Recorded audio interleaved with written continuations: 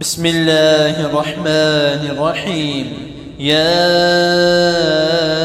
أيها المدثر قم فأنذر وربك فكبر وثيابك فطهر والرز فاهجر ولا تمنن تستكثر ولربك فاصبر فإذا نقر في الناقور فذلك يومئذ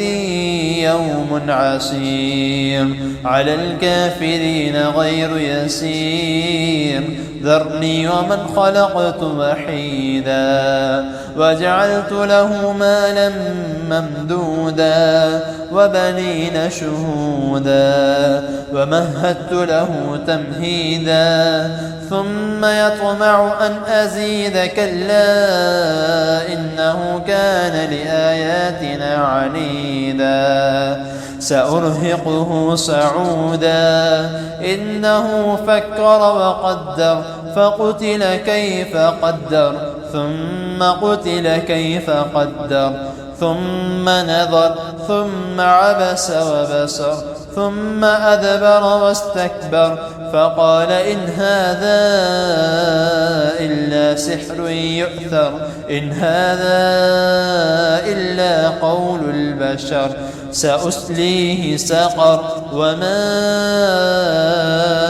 أدراك ما سقر لا تبقي ولا تذر لواحة للبشر عليها 19 وما جعلنا أصحاب النار إلا ملائكة وما جعلنا عدتهم إلا فتنة للذين كفروا ليستيقن الذين أوتوا الكتاب ويزداد الذين آمنوا إيمانا ولا يرتاب الذين أوتوا الكتاب والمؤمنون وليقول الذين في قلوبهم مرض والكافرون ماذا أراد الله بهذا مثلا كذلك يذل الله من يشاء ويهدي من يشاء وما يعلم جنود ربك إلا هو وما هي إلا ذكرى للبشر. كلا والقمر والليل إذ أدبر والصبح إذا أسفر إنها لإحدى الكبر نذيرا للبشر لمن شاء منكم أن يتقدم أو يتأخر كل نفس بما كسبت رهينة إلا أصحاب اليمين في جنات يتساءلون عن المجرمين ما سلككم في سقر قالوا لم نك من المصلين ولم نك نطعم المسكين وكنا نخوض مع الخائضين وكنا نكذب بيوم الدين حتى أتانا اليقين فما تنفعهم